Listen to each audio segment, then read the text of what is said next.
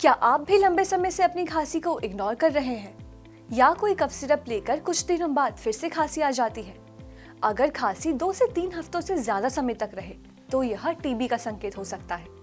ऐसे में आज हम आपको बताएंगे टीबी यानी ट्यूबरक्लोसिस के बारे में वो सब कुछ जो रखेगा आपको अवेयर और सिक्योर। टीबी या ट्यूबरक्लोसिस एक इन्फेक्शियस डिजीज है जो एक बैक्टीरिया माइकोबैक्टीरियम ट्यूबरक्लोसिस के कारण होता है।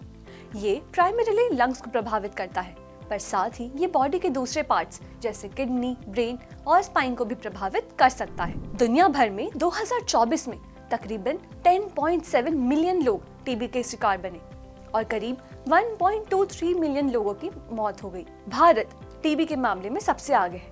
ऐसा पाया गया है कि दुनिया भर में टीबी के मामलों में लगभग 25% केसेस भारत में पाए गए हैं। तो आइए जानते हैं कि टीबी फैलता कैसे है। टीबी हवा के माध्यम से फैलता है।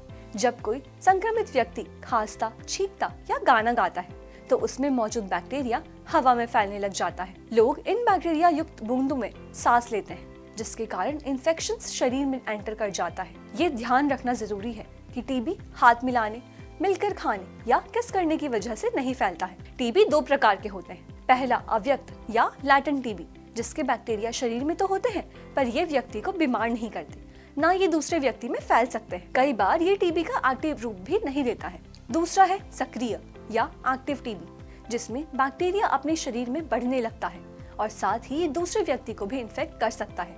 टीबी के कारण 3 सप्ताह या उससे अधिक समय तक लगातार खांसी, सीने में दर्द, सांस लेने में तकलीफ और साथ ही खून या बलगम वाली खांसी आ सकती है। इसके अलावा बुखार, थकान, वजन घटना और पसीना आना भी कुछ आम लक्षणों में से एक है। टीबी भले ही एक बीमारी हो, पर इसे रोका और ठीक किया जा सकता है। लेटेंट टीबी को शुरुआती स्तर में इफेक्टिव रूप से ठीक किया जा सकता है और एक्टिव टीबी को कई महीनों तक एंटीबायोटिक दवाइयों का कोर्स करके ठीक किया जा सकता है। टीबी से बचने के लिए जरूरी है कि आप इसके सिम्टम्स पर ध्यान दें और अर्ली स्टेजेस पर चेकअप करवाएं।